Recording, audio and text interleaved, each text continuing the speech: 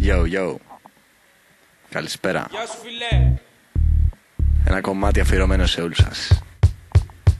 Υποχθόνιο beat, ηχογράφηση σε σπίτι που δεν θα γίνει hit. Σκάω μύτη μέσα από τον ήχο, αλλά όχι σαν τον τυμπορίχο. Όχι, δεν είναι ακόμα ένα στιχάκι βγαλμένο από τείχο. Είναι η ρήμα που δεν φέρνει χρήμα, φέρνει πείνα και πεινάω. Μάγκα μου σου λέω δεν ξερνάω ούτε βήχο, μόνο στίχο. Μιλάει για πράγματα αλόκοτα, αλότελα. Πίνω μπάπο και ξεχνώ να γράφω. Πιο κακός MC που είχες δει, που είχες πει, που είχες δει. Ξέρεις κάτι, ακού πρώτα για να μάθεις πριν να πάθεις. Σημαίο υπνοβάτης, ακροβάτης με μάτια κλειστά.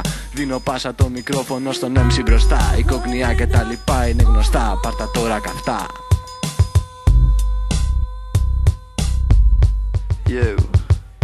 Άκου φίλε γαμάει, πάρ' το τα σπάει.